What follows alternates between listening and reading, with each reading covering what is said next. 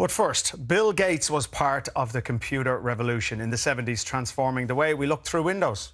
And now he has a plan for tackling future pandemics. Dr. Zan van Tulleken went along to find out more.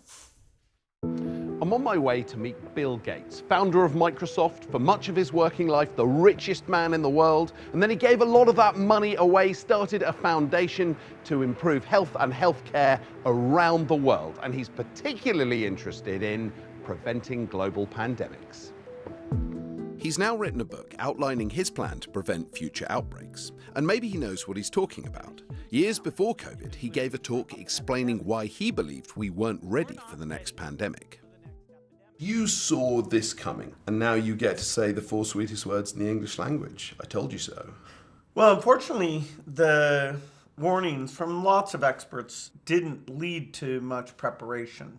Can you just walk us through what the plan is? Pandemics don't come along very often, and there's all sorts of health challenges. And so here I'm saying you have to have a team of experts that are helping us practice.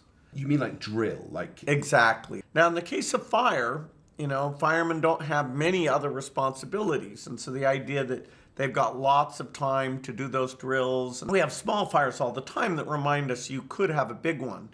We have that as a kind of common sense. One of the things Bill is proposing is a global epidemic response team, prepped and ready to go. When you have something like epidemics that exponentially grow, quick reaction makes all the difference of whether you nip it before it gets to lots of countries or you let it go out like this one and there's not a country in the world that hasn't been devastated. Is it a perfect plan? I don't know. Would it make things much better? Definitely. But how are you going to make people listen? Well, I'm afraid we're going to have to remind them of what went on. The tragedies, the heroism, and the idea that with a few relatively inexpensive steps, this could have been avoided. To help explain his plan and remind people how bad COVID was, Bill's team has created a touring exhibit. I mean, this room is absolutely extraordinary. What are you trying to do here? It's easy to forget how we were just feeling our way and how stunning it was. We weren't able, to stop incredible tragedy. We need to really rub our nose into how horrific that was and reduce the chance of that happening again. Can we head on through and Sure. Talk me through it? I'll be happy to leave this room.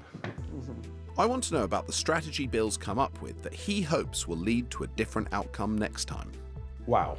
This is the level of optimism that you're shooting for, is that right? Yeah, that's right. If you make it an outbreak that doesn't go global, then, it's a different world. And with the right tools, this could have been done. We actually have large-scale diagnostic machines that could be rolled out literally in tens of days. And we need to strengthen health systems that can have benefits even in non-pandemic years. And we're going to have that global team that will force countries to do drills, pandemic drills, so your government will do the worrying for you once they take it on. Bill really wants us all to imagine a future where enough resources are on hand for the world to avoid another COVID-19.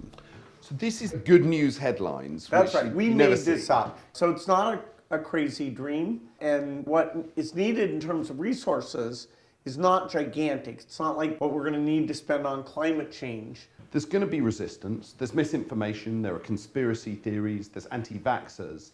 How are you going to bring those people along? The really wild stuff about some evil person caused a pandemic or, that I'm tracking people, as we go through the democratic process, I don't think those voices will matter much. Okay. The relatives of those who died, they should be in there saying, don't forget these deaths. Let's learn from this.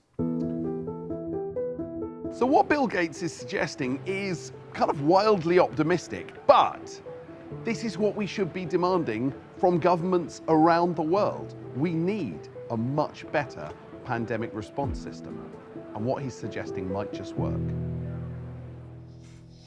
Well, let's wait and see. And Bill Gates' book, How to Prevent a Pandemic, is out now.